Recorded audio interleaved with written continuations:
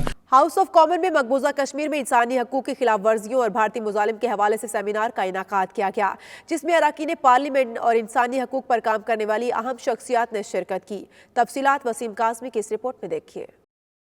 برطانیہ کے house of common میں مقبوضہ جموں و کشمیر میں انسانی حقوق کی خلاف ورزیوں اور مظلوم کشمیری باشندوں پر ڈھائے جانے والے مظالم کے حوالے سے سیمینار کا انعقاد کیا گیا. سیمینار میں ہاؤس آف لارڈ سے Lord Qurban, chairman Liz Twist, MP Dave Anderson, MP Victoria Schofield سمیت دیگر افراد شریک ہوئے, جبکہ کمار سرکار, حبیب جان, انیس ناصر اور مشتاق احمد لاشاری نے شرکاء کو تفصیلات سے آگاہ کیا. مقررین نے کہا مقبوضہ کشمیر میں بھارتی افواج اور حکومت نے کشمیریوں کو محکوم بنا رکھا ہے. لاک ڈاؤن کی وجہ سے لوگوں کے مصائب میں مسلسل اضافہ ہو رہا ہے. لارڈ قربان, ڈیوڈ اینڈرسن اور وکٹوریہ شوفیلڈ نے اپنے تجربات اور اعداد و شمار کے مطابق بتایا کہ تاریخ کا سب سے بڑا ظلم و ستم مقبوضہ وادی میں جاری ہے. حاضرین نے اس بات کا اعادہ کیا کہ ارباب اختیار پر دباؤ بڑھانا بے حد ضروری ہے تاکہ برطانوی حکومت سرکاری سطح پر جموں و کشمیر کے عوام کے لیے اقوام متحدہ پر دباؤ ڈال سکے. Of exactly what's going on in India and in Kashmir, and that we can raise awareness so people can hear what's being said here, because it's quite frightening. If this was happening to other parts of the world, our government would be going mad about it. But it's like a hugely big kept secret, and it shouldn't be, because what's going on is an atrocity, and it should not be happening, particularly with the government. سب سے بڑی زیادتی یہ ہے کہ وہاں 30 سال سے فوج کو لائسنس ٹو کل دیا گیا ہے under the armed forces special power act, جس کے تحت فوج جو چاہے کرے اس کے قانون میں کہیں جگہ بھی چیلنج نہیں کیا جا سکتا. یہی وجہ ہے کہ وہاں جتنی بھی انسانی حقوق کی خلاف ورزیاں فوج کر رہی ہے, آج تک ایک بھی فوجی کو وہاں کسی انصاف کے کٹہرے میں یہاں کھڑا نہیں کیا جا سکا. ہم MPs کو لکھیں گے, ہم لارڈز کو لکھیں گے, ہم برٹش گورنمنٹ کو پش کریں گے کہ وہ اس کے اوپر کوئی ایکشن لے. یونائٹڈ نیشن کی پرماننٹ ممبر ہے برٹن, یہ جا کے یونائٹڈ نیشن میں ریز کرے. یہ بہت مشکل ایشو ہے چونکہ انڈیا ایک بہت بڑی کنٹری ہے, اکنامک انٹرسٹ ہے دنیا کے, لیکن اگر برطانیہ اپنے لوگوں کو اسکاٹ لینڈ میں اور یورپ میں پچھلے 5 سال میں 2 ریفرینڈم دے سکتا ہے, تو کیا ہم انڈیا کو فورس نہیں کر سکتے کہ وہ کشمیریوں کو 72 سال میں ایک دفعہ تو الاؤ کر دے؟ شرکاء نے مزید کہا کہ برطانیہ اقوام متحدہ کا مستقل ممبر ہونے کی حیثیت سے ایسا کر سکتا ہے اور اقوام متحدہ کو باور کروا سکتا ہے. Wasim Kazmi, 92 News, London.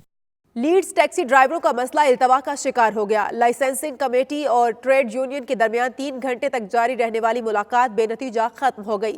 Taxi drivers نے 6 پوائنٹس کے فیصلے پر نظر ثانی نہ ہونے کی صورت میں ہڑتال کی دھمکی دے دی. آصف قریشی کی یہ رپورٹ دیکھیے. Lead city council licensing committee نے ٹریڈ یونین اور کونسل افسران اور ٹیکسی ڈرائیوروں کے درمیان سیوک ہال میں پبلک میٹنگ کا انعقاد کیا. 3 گھنٹے سے زائد جاری رہنے والی میٹنگ میں لائسنسنگ کمیٹی نے کونسل افسران سے 6 پوائنٹ لاگو کرنے کی تفصیلات طلب کی. اہم اجلاس میں ایشین ریاض کونسلز کی اکثریت بھی موجود تھی. اجلاس کے اختتام پر لائسنسنگ کمیٹی نے فیصلے کا اختیار ممبران ایگزیکٹو کمیٹی اور ورکنگ گروپ کو دے دیا, جس پر ٹریڈ یونین اور ٹیکسی ڈرائیوروں میں غم و غصے کی لہر دوڑ گئی. ٹریڈ یونین کے نمائندوں کا میڈیا سے گفتگو میں کہنا تھا کہ لیڈ سٹی کونسل کو ٹیکسی ڈرائیوروں پر امتیازی سلوک کی اجازت نہیں دے سکتے. We need your support and we need you to come out instead of sitting on the ranks for one day. We've met today with the council. We've put forward our concerns with regards to the new policy they're looking to propose to bring in on Friday. We disagree with the policy. We disagree with everything in the policy. Today's meeting was about the 6-point regulations which the council implemented on our fellow colleagues, brothers who are in the private and the Hackney College. Today's event has been crucial, deadly.